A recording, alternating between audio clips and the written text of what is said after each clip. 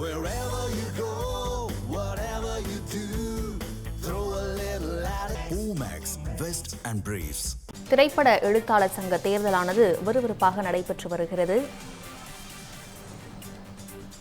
தென்னிந்திய திரைப்பட எழுத்தாளர் சங்க தேர்தலானது தற்பொழுது விறுவிறுப்பாக நடைபெற்று வருகிறது. சென்னை வடபழனியில் தென்னிந்திய திரைப்பட எழுத்தாளர் சங்க தேர்தலுக்கான வாக்குப்பதிவானது நடைபெற்று வருகிறது. இயக்குநர்கள், திரைக்கதை எழுத்தாளர்கள், பாடலாசிரியர்கள் உள்ளிட்ட உறுப்பினர்கள் ஆர்வமுடன் வாக்களித்து வருகின்றனர்.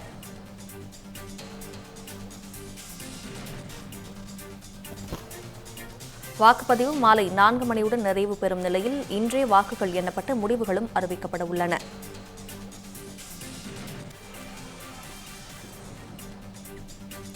இதுகுறித்த முழு விவரங்களை செய்தியாளர் சம்பத்குமார் வழங்க கேட்கலாம். சம்பத்குமார், இது குறித்த முழு விவரங்களை பதிவு பண்ணுங்க. வணக்கம் பவித்ரா. தென்னிந்திய திரைப்பட எழுத்தாளர் சங்கத்தின் புதிய நிர்வாகிகளை தேர்வு செய்வதற்கான தேர்தல் சென்னை வடபழனியில் உள்ள திரை இசை கலைஞர் அரங்கத்தில் தற்போது விறுவிறுப்பாக நடைபெற்று வருகிறது. காலை 8 மணிக்கு துவங்கிய இந்த தேர்தல் மாலை 4 மணி வரை நடைபெற இருப்பதாக நிர்வாகிகள் தெரிவித்திருக்கிறார்கள். திரைப்பட இயக்குநர்கள், திரைக்கதை எழுத்தாளர்கள், வசன ஆசிரியர்கள், பாடலாசிரியர்கள் உள்ளிட்ட சங்க உறுப்பினர் காலை முதலே ஆர்வத்துடன் தங்களது வாக்குகளை பதிவு செய்து வருகின்றனர்.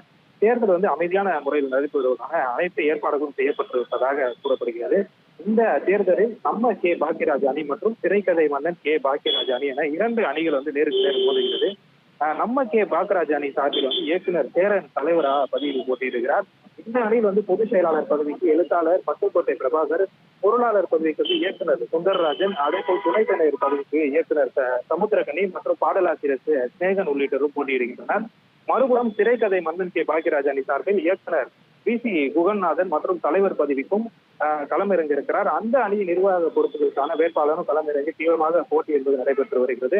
மொத்தமாக 483 உறுப்பினர்கள் இந்த தேர்தலில் வாக்களிக்க தகுதி பெற்றிருக்கிறார்கள். காலை முதல் வாக்குப்பதிவுகள் சுறுசுறுப்பாக நடைபெற்று வரும் நிலையில் மாலை 4 மணிக்கு வாக்குப்பதிவுகள் நிறைவு பெற இருக்கிறது. வாக்குப்பதிவு நிறைவு பெற்ற பின்னரே உடனடியாக அந்த வாக்குகள் எண்ணப்பட்டு தென்னிந்திய திரைப்பட எழுத்தாளர்கள் சங்கத்தில் புதிய தலைவர் மற்றும் நிர்வாகிகள் அறிவிக்கப்பட இருக்கிறார். விவரங்களுக்கு நன்றி சம்பத்குமார்.